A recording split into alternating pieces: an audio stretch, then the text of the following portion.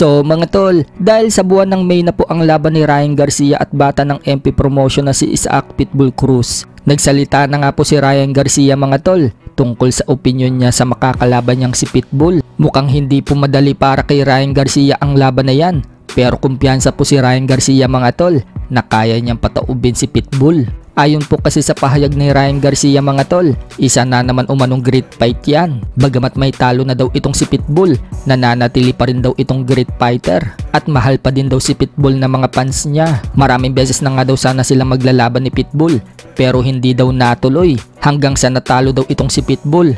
Pero kahit daw natalo si Pitbull sa nakaraang laban kay Rayo Valenzuela, hindi pa rin daw nagbabago ang pagtingin kay Pitbull. Explosive fighter pa din daw ito. Dagdag pa ni Garcia mga tol, seryosong fighter daw itong si Pitbull at napaka-agresibo. Kaya din daw tumagal hanggang 12 rounds. Pero banta ni Garcia kay Pitbull, maging handa daw ito. Babalik daw kasi siya sa ring ng sharp. Itaas daw ni Pitbull ang kamay niya para magdepensa.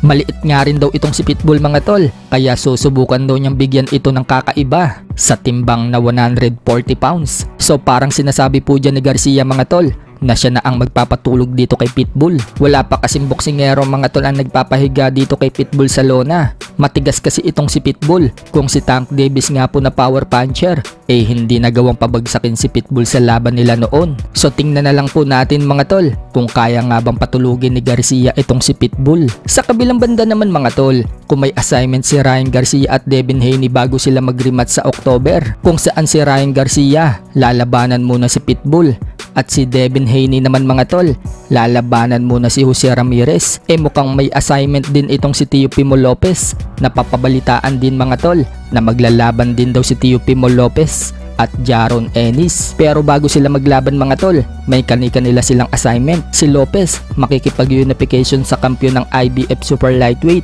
na si Richardson Hitchins, habang halos dandil na din daw ang laban ng Jaron Ennis versus Imantas Estañones. Kaya bago magharap si Jaron Ennis at Teofimo Lopez mga tol, kailangan nilang talunin ang mga kani-kanilang kalaban. Sa iba pang balita mga tol, nakita lang po natin itong post na ito mula sa Monsuta page. Sinabi nga po sa post na yan mga tol, minamak daw ng mga fans ni Casimero si Inoue dahil hindi daw ito nanalo sa anumang Ring Magazine Awards 2024. Kaya banat po ng page na maka-Inoue kay Casimero. Pinagkumpara po niya ang mga accomplish ni Inoue sa mga nagdaang Ring Magazine Awards at pangmamaliit niya kay Casimero. Si Inoue daw naging knockout of the year taong 2018, fight of the year naman taong 2019, fighter of the year taong 2023, 2019 ESPN Fight of the Year, 2023 ESPN Fighter of the Year, at taong 2023 BWAA Sugar Ray Robinson Award.